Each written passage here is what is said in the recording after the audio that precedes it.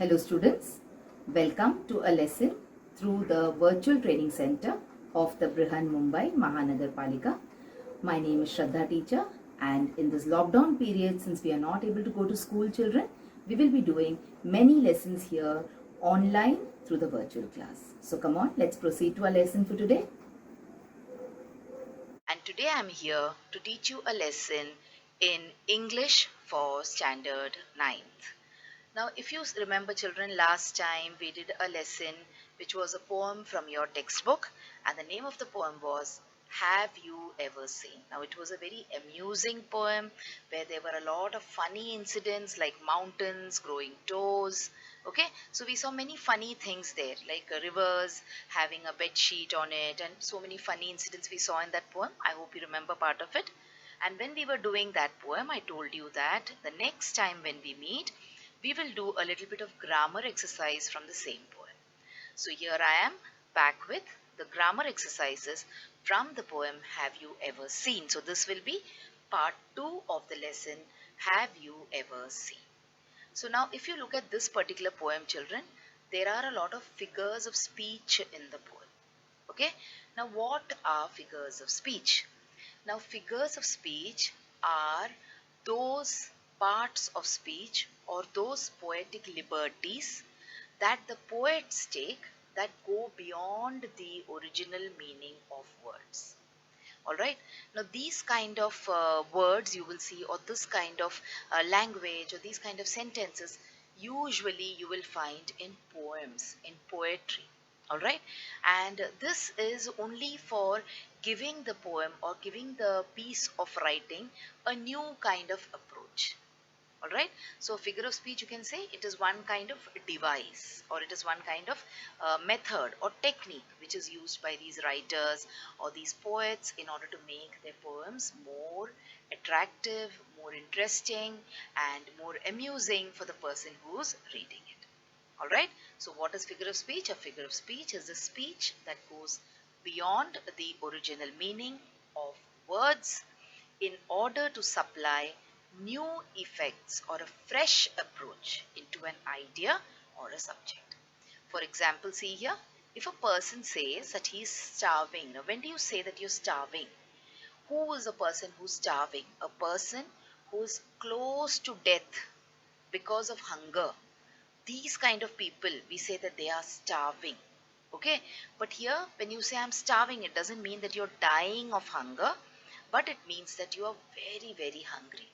Okay, your hunger has gone to extreme levels and you're very hungry right now. Alright, so these kind of things, these kind of usage of words which is done in poems, in poetry, is called as figures of speech. Now, there are some common figures of speech that we have been learning since we were in the 6th and 7th standard. So, we have learned about metaphor, we've learned about simile, which are very, very common figures of speech. Now, you've grown up, you've come to standard 9, okay? So, let us look at some more figures of speech now according to the content of your textbook or the poem in this particular time. So, what did we see? We saw that figures of speech are actually poetic devices. Devices or techniques which are used by poets in order to make their work or their poems more interesting. Alright, so like I told you, we have 4 figures of speech which is part of this particular lesson. It is interrogation, we have pun, then we have personification, and finally we have alliteration. So these are the 4 figure of speech that we have to learn as part of this particular poem Have You Ever Seen? Alright, now let us take each of them one by one. So we will do interrogation first. We will see what the meaning of interrogation is. We will do a few examples, okay, and I will see to it that the examples which I show you are very interesting so that you will be able to remember them immediately. Okay, so let us go to the first figure of speech that we have, that is interrogation. So what is the common meaning of interrogation? When you think about interrogation, or when someone tells you the word interrogation, immediately certain pictures are formed in your mind. That is asking questions. See how a person is being interrogated, means he's being asked some questions in order to pick out or in order to derive information from him. All right. So in a way, I have understood that interrogation deals with the technique of questioning. Okay. But when it comes as a figure of speech, it is slightly different. Why do you interrogate someone? You interrogate someone in order to take out knowledge or take out information from that person. You want to know what's going on in the mind of that person. But here, when we talk about interrogation as a figure of speech, it has got another name too. And that name is rhetorical questions. Now, we have been learning about rhetorical questions also in the lower classes. Nevertheless, we will learn it again this time. But remember, interrogation as a figure of speech, the meaning varies slightly from the normal meaning. Okay, so here as a figure of speech, interrogation means, in other words, rhetorical questions. So let us see what rhetorical questions are. So interrogation is the asking of a question not for the sake of getting an answer, but to put a point more effectively. Okay, so why are you asking a question? You have no intentions of getting an answer. You do not want to know what the answer is because you already know the answer. Then what is the point in asking a question? Just to make yourself more assertive. Okay, just to make your point stronger, more effective, you're asking this question. Now it is also known as rhetorical question. Why? Because it is symbolic. It is only for effect that you're asking this question. That is why interrogation, when taken as a figure of speech, is called as rhetorical question also. Alright, now let us see what is the basic difference between a normal question and a rhetorical question. So let us look at this example. So these are all normal questions. Can you see this boy is asking some normal questions. So let's, for example, take the first question. How are you? Okay. So now, how are you means what will you do? Will you just keep mum or will you answer? You will answer definitely. Isn't it? You will say, I'm good, I'm doing well, okay, I'm fine. If someone asks you, where have you been? What will you say? You will say, I've been to school, okay, I've been to the market. When did you come back? I just came back right now, or I came back yesterday, or I came back last week. So this is an example to tell you that these are normal questions. So what is the difference between these questions and rhetorical questions? There are many more questions also. You can read them. What do you want to do now?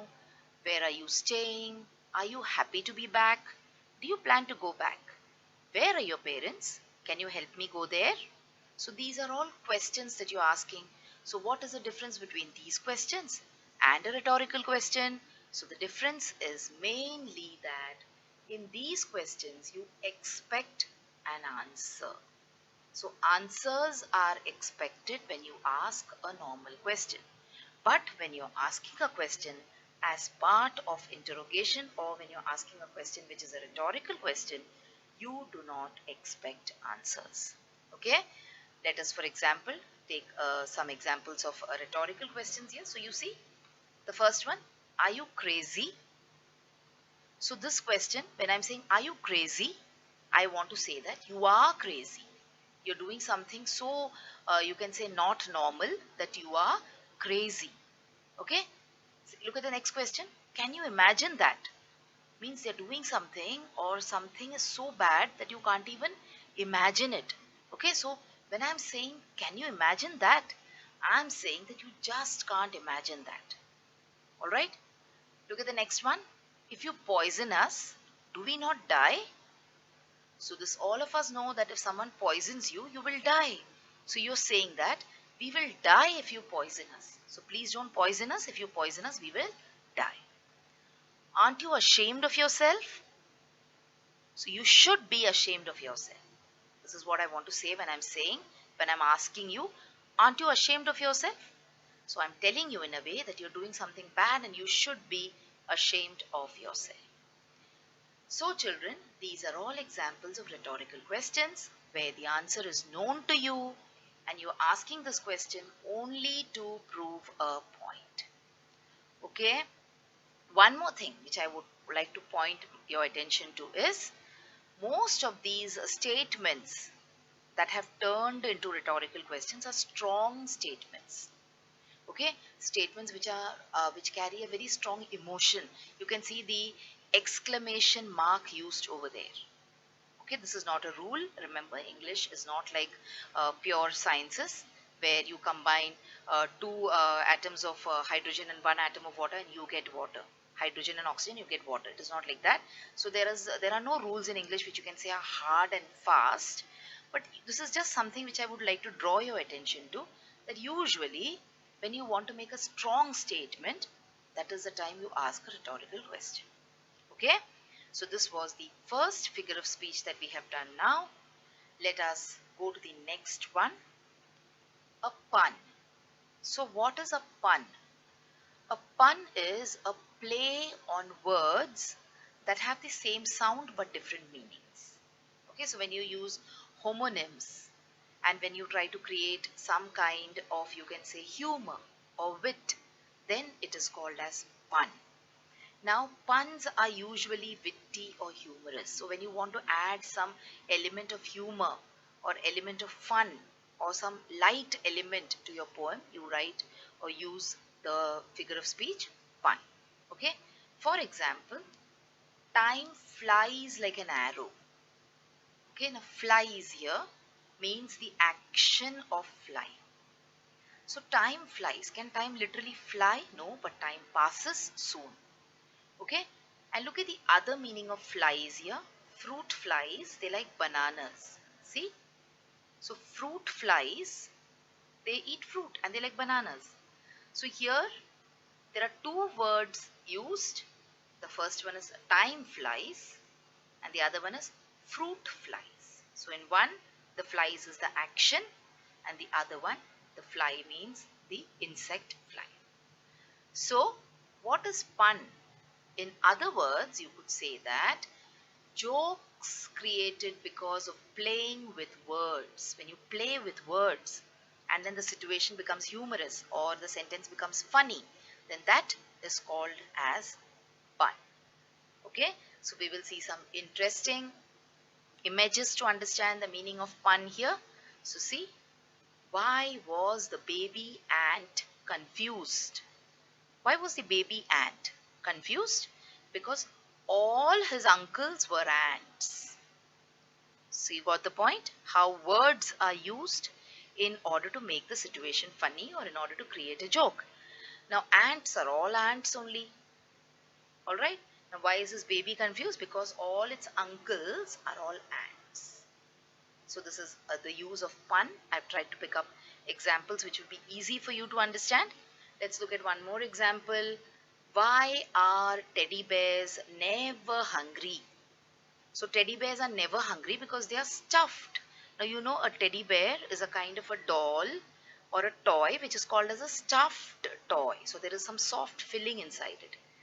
The other meaning of stuffed means when you eat too much and now there is no space in your stomach. That time you say, no, I can't eat anymore because I'm stuffed. Alright, so they are saying, why are teddy bears never hungry? Because teddy bears are always stuffed. Alright, so these are some humorous, you can say, or some very nice examples of pun, interesting examples of pun. Let us look at some more. So look at this. There's no point anymore. Now when you say there is no point anymore, you are either very upset or you have given up on something. Okay, you have given up and you're saying that there is no point in talking to you. I am accepting my defeat. So that is what you want to say when you say there's no point. But here look at the other meaning. When the pencil is saying there's no point, it doesn't mean that the pencil is depressed or the pencil is upset. It could also mean that the point of the pencil is broken off. Okay, so this is also a joke which has been created with words. And one last meaning, let's see, one last example. What kind of keys do kids like to carry? So kids, small children, what kind of keys do they like? So they like cookies. Okay, so this is what is meant by pun. Okay, when you play with words and you create humor, you create wit, that is called as pun. The next one, children, is personification. So personification we have been learning since we were in the lower classes too. So we know what is personification. So quickly let us see what personification is.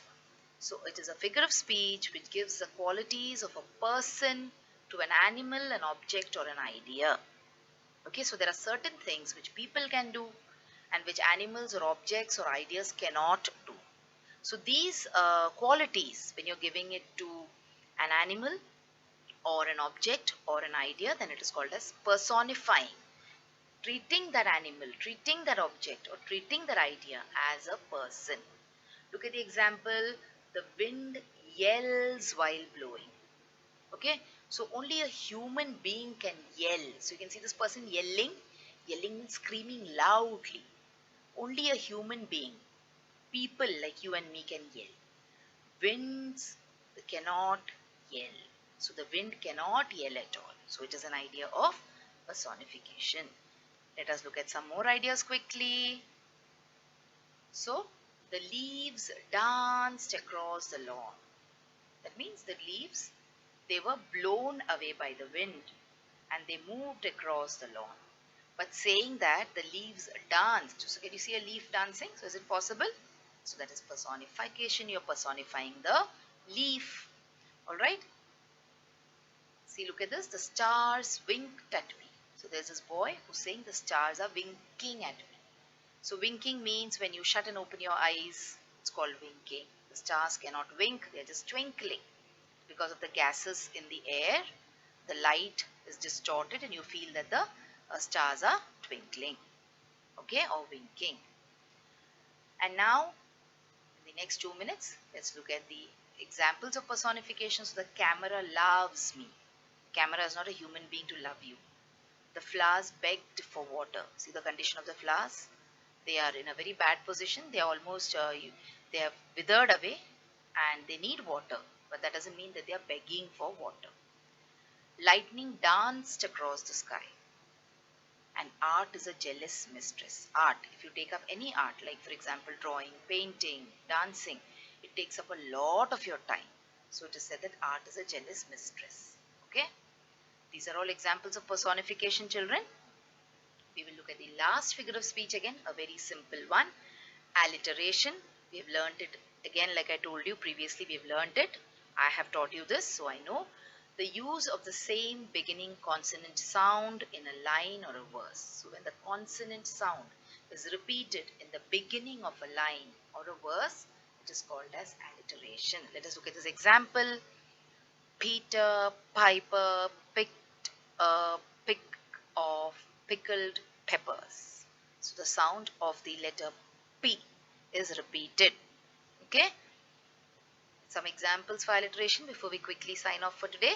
See, Susie saw a silly seal. So the sound of the consonant sound of the letter S is repeated during the beginning of each word. So Susie saw a silly seal. Now I remember when we were learning a lesson previous to this, we learned that when we talk about rhyme, it is just the exact opposite of this particular thing. Okay, so Susie saw a silly seal is an example of alliteration because the beginning, the consonant sounds at the beginning are repeated. One more example, crawl like a creepy, crawly caterpillar. So the sound of the k in the C is repeated. Okay, children, last two examples. Jump like jolly jumping beans. The letter J is repeated and the sound is repeated. The snake slithered slowly. Okay, so children, this was a lesson based on grammar.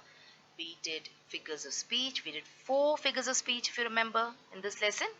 We did personification, rhetorical question, alliteration and pun. Okay, So now with these two sessions, we have finished doing the lesson Have You Ever Seen?